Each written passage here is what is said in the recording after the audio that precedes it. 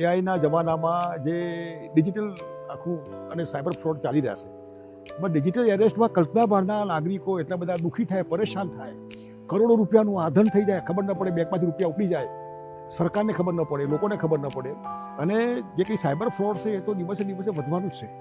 એ જેટલું આ ડેવલપમેન્ટ થવાનું એમાં ગુજરાત હમણાં એઆઈના ચક્કરમાં છે.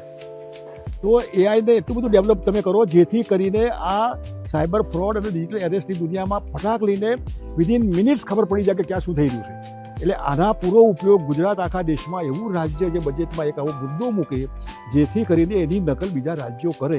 આ ગુજરાતમાં થાય છે એવું નહીં, ગુજરાતમાં થાય છે, છાપામાં આવે એટલે આપણે ખબર પડે, હરિયાણામાં થાય છે, દિલ્હીમાં બધે થાય છે. પણ થાય તો બ્રેક મારવા સરકારની જવાબદારી છે આવા લોકોને બચાવવાની. તો સરકાર ખાલી બજેટ મૂકે એટલું નહીં, બજેટમાં સ્પેશિયલ આવા એક્સપર્ટ લોકોનો ઉપયોગ કરીને એમના માધ્યમથી આવું એક આખું એઆઈ ચેપ્ટર મૂકે જેથી કરીને સાયબર ફ્રોડ, ડિજિટલ એરેસ્ટ વગેરે વગેરેનો એમાંથી ઉકેલ નીકળે અને પ્રજાને એમાંથી રાહત થાય.